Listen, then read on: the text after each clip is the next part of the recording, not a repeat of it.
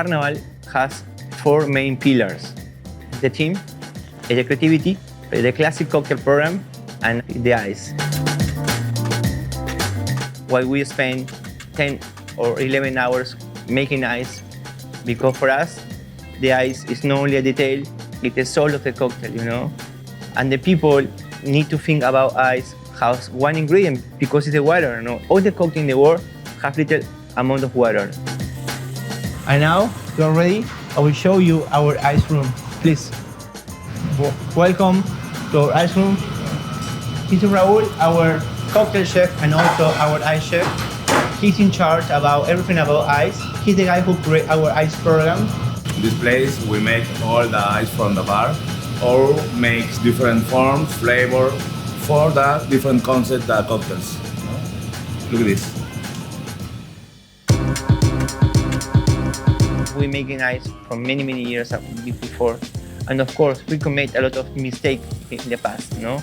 But now, we are on the way. When we think about techniques, we need to think in two words: creativity and innovation.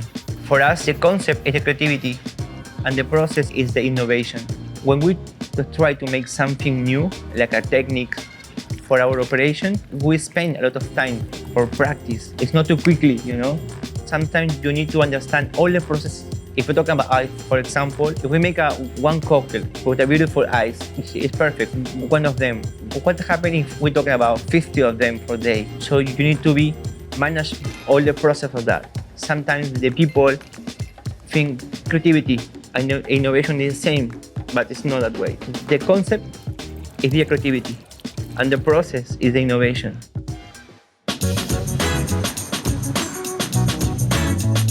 I would say that when we talk about this scientific approach to cocktails, we use the term scientific because we don't really have a better way of describing it. And often, it may be conflated with the very specific idea of the scientific method of coming up with a hypothesis and testing that. But for me, it's more about just being curious as to why things happen this way. In the early aughts, nobody knew how stirring and shaking actually worked. It seems crazy, but from a technical perspective, nobody understood how chilling and dilution worked, what the difference between stirring and shaking a cocktail was. So I did a lot of, work figuring out, it doesn't really matter what kind of ice you shake with, right? And, we did a bunch of tests with a bunch of well-known bartenders with a bunch of different kinds of ice over time. And, oh my God, ice doesn't matter. It's all hokum. All of the stuff that everyone said is all BS. Turns out, right, that was true for the types of ice I tested. But if you take a big cube and shake with that cube, it actually, I have a patent on this now, it changes the texture of the drink. It makes it better, right? And I hadn't tested that. So I had said, this is true because I had extrapolated beyond my data set. And we all do this. So you really can't take for granted what somebody says. You have to, as a human, make extrapolations, but there is no truth unless you've tested it. So if you have an observation that goes against truth, then you should believe your observation and try to figure out why your observation is different from what you think you know. The problem usually arises because people don't think about all the variables. And so this ice question as a good example, it's about controlling the variables and understanding what the things are. So the effect that Dave mentioned about the big block and the effect that has actually nothing to do with the dilution and the cold. That has to do with the aeration and the texture of the drink, which does get affected by the size of the ice cube, but it actually doesn't have to be ice, which is this other thing that Dave discovered. So by throwing in an object, whether it's a lime or a hunk of rubber, as you it just needs to created, be roughly the size, about a 2-inch cube, the size of your shake. Right. Yeah. If you put a large object, be it ice or not, in the shaker, that will have an effect in the aeration of the drink. So again, it's not the fact that you're using bigger ice, it's that there's a large mass that is creating aeration. So it is these little details that then, when people relate the story later, get lost and it becomes apocryphal and becomes something else.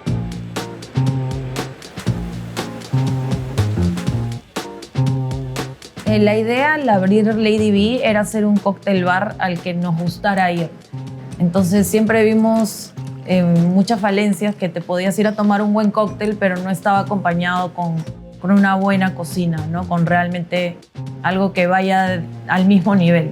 llega un insumo al local, se trabaja primero en la barra para la coctelería y luego tratamos de, por asimilación, trabajar el mismo producto en la cocina. Entonces buscamos constantemente integrar tanto alimento como bebida y viceversa. Sí, no es solo tecnología, en realidad hay una ciencia detrás.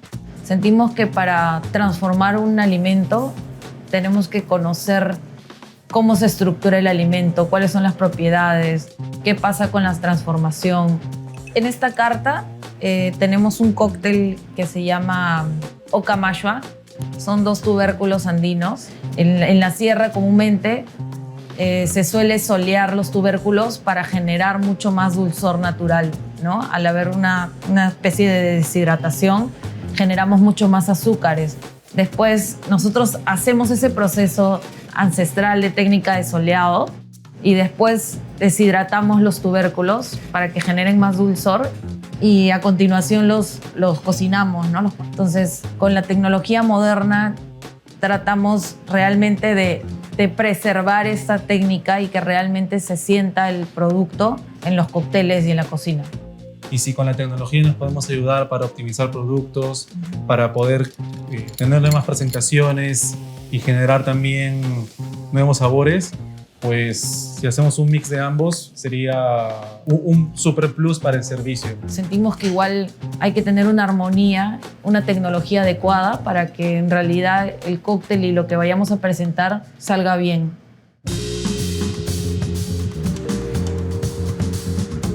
When you're using new equipment specifically and new techniques, like the minute you discover something, you're super excited, you're super jazzed.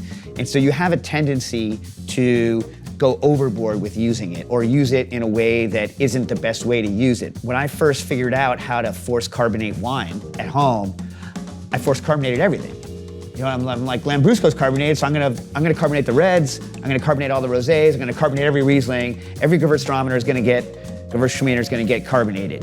And I was like, this is great, I'm a genius. And then I was in love with myself, and then I was like, you know what I'm gonna do? I'm gonna taste these versus the original base wine. And I was like, oh, I've hurt them.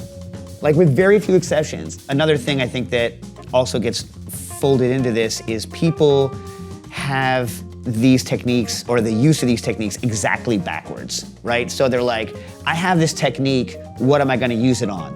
I think the better way to do it is you learn a new technique or you learn a new idea and then you just put it in your pocket and then you wait and you're like, oh, you know what would be great to do here? I have a reason, I have a specific reason. I want to achieve this flavor. I want to achieve this texture. You know what would be great? This technique. You know what I mean? This would help me achieve that. That's the way to do it, not like, I have this technique, what am I gonna do with it? Specifically clarification. Right. The first impulse people have when they understand that it is possible to clarify something is, I'm gonna take something that is not clear and make it clear, and that in itself will be interesting. And 99% of the time it's not. Like if you taste the two side by side, if you take the fact that you did this thing out of the equation and you give it to blind to somebody, they're not gonna prefer the thing that is clear. If I'm gonna clarify a drink, why? Is it because you're gonna carbonate? Is it because there was something in the product that is part of the particulates that actually makes that product taste worse? Is it because you want it in a stirred drink? Like, God knows you shouldn't clarify something that's gonna be in a shaken drink. You know what I mean? Unless it's a component in the shaken drink and you wanna get rid of the solid so it's not gloopy, right? So it's like thinking about why you're doing something. So like, you know, all the time, I'll be like, why? Well, why did you clarify that? Right. You know what I mean? Like, what's the point of it? All things in moderation.